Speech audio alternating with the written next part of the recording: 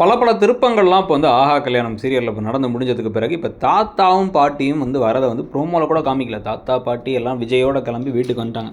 வீட்டுக்கு வந்து இப்போ வந்து மகாவை கூப்பிடலாம் அப்படின்னு வந்தால் மகா அந்த ஒரு விஷயத்தை தவிர வேறு என்ன வேணாலும் கேளுங்கங்கிறாங்க. நீ இல்லாமல் அந்த வீடு வீடாகவே இல்லை.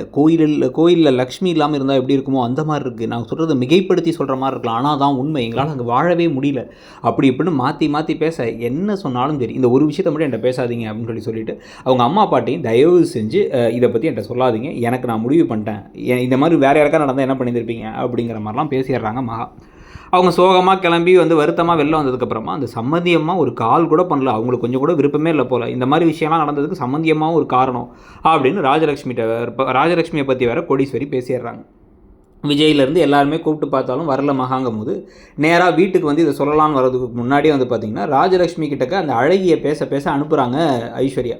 அவங்க ஏற்கனவே இருக்கிற கடுப்பில் நீங்கள் வேற ஏண்டாங்கிற மாதிரி இருக்க உடனே இவங்க வந்தபோது மகா வரலன்னு உடனே அது எப்படி மகா வருவா, சூர்யா செஞ்ச காரியம் கொஞ்சமாக நஞ்சமா எவ்வளோ மோசம் அப்படின்னு சித்ராதேவி ஏற்றி விட நான் போய் கூப்பிட்டு வரேன் என் தங்கச்சி வராமல் தான் எங்கள் அத்தை ரொம்ப வந்து ஒல்லி ஆகிட்டாங்க அப்படின்லாம் வந்து கிண்டல் பண்ணுறாங்க ஐஸ்வர்யா.